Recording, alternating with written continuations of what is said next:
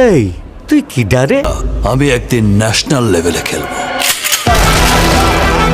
মুক্তির প্রথম দিন থেকেই দেশের সিনেমা হলগুলোতে ঝড় তুলেছিল সাকিবের তুফান। পরিচালক রায়হান রাফি বলেছিলেন তুফান সাইক্লোনে পরিণত হবে, বাট প্রথম সপ্তাহ না যেতেই তুফান সিনেমা নিম্নচাপে পরিণত হলো। তো কি অবস্থা, কেমন আছেন? আমি নিউন বাওয়ার গাইজ। আজকে প্রথমেই আলোচনা করবো অবশেষে তুফান সিনেমা নিম্নচাপে পরিণত হলো। সেকেন্ড নিউজটি থাকবে হাঙরের আক্রমণে মারা গেলেন পাইরেটস অফ দ্য ক্যারিবিয়ান অভিনেতা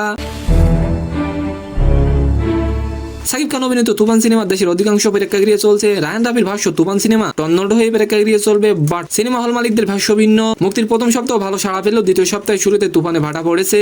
দেশের বিভিন্ন প্রেক্ষাগৃহ থেকে প্রাপ্ত খবরে এমনই আভাস মিলছে। মধুমিতা হল মালিক ইফতেখার উদ্দিন নওশাদ জানান, প্রিয়তমা সিনেমাটি রোমান্টিক সিনেমা, তাই মহিলা দর্শকও বেশি পেয়েছি, যে কারণে সিনেমাটি দীর্ঘদিন হলে চলেছে।